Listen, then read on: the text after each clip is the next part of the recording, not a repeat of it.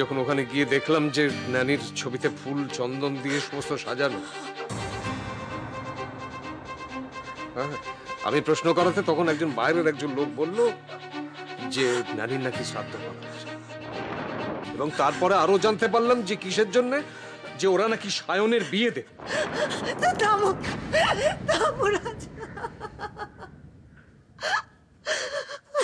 চ্যাটার্জি বাড়িকে ধ্বংস করে ওই বাড়ির প্রত্যেকটা লোকের চোখের জল না ফেলা পর্যন্ত আমি শান্তি পাবো না।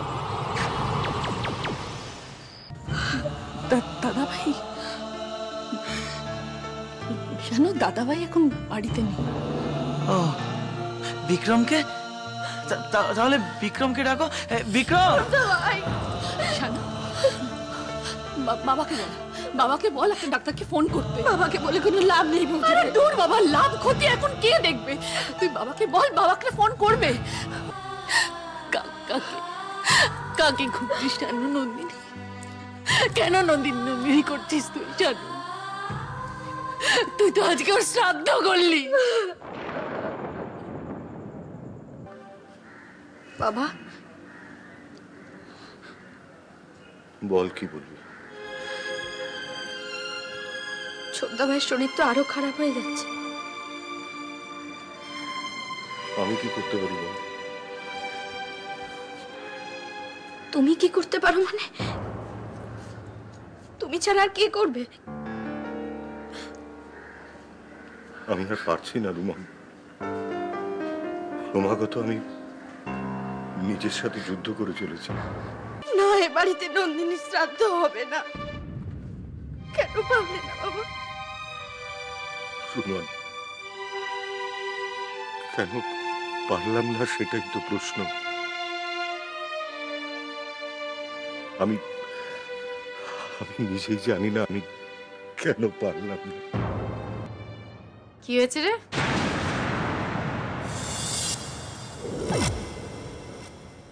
কিছু না, তুমি এখান থেকে যাও।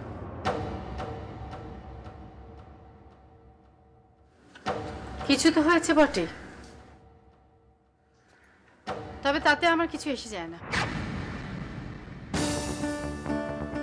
আমার একটা বড় কাজ হয়ে গেছে, নন্দিনীর শ্রাদ্ধ। এরপরে শানুর বিয়েটা দিলেই হলো। ঠিক করছো না, তুমি এটা ঠিক করছো না মা। আবার শুরু হয়ে গেল না?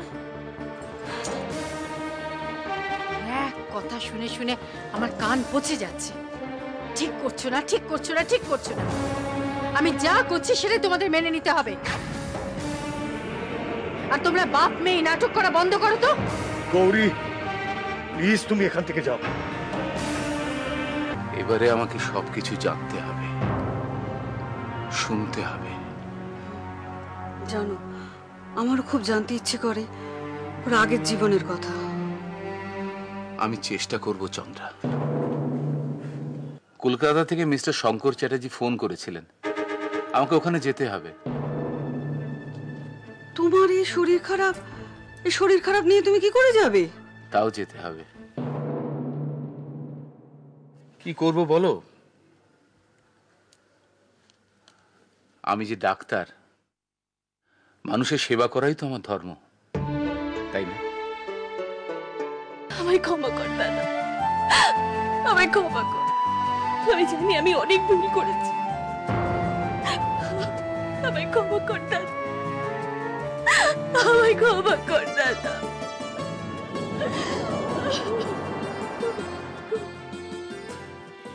এবার তো তুমি তোমার বোনকে ফিরে পেলে। আর কি তোমার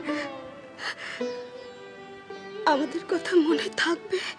তোর এই ছোড়দা যতদিন বেঁচে থাকবে, তোদের কারোর কথা তার মন থেকে একটুও মুছবে না।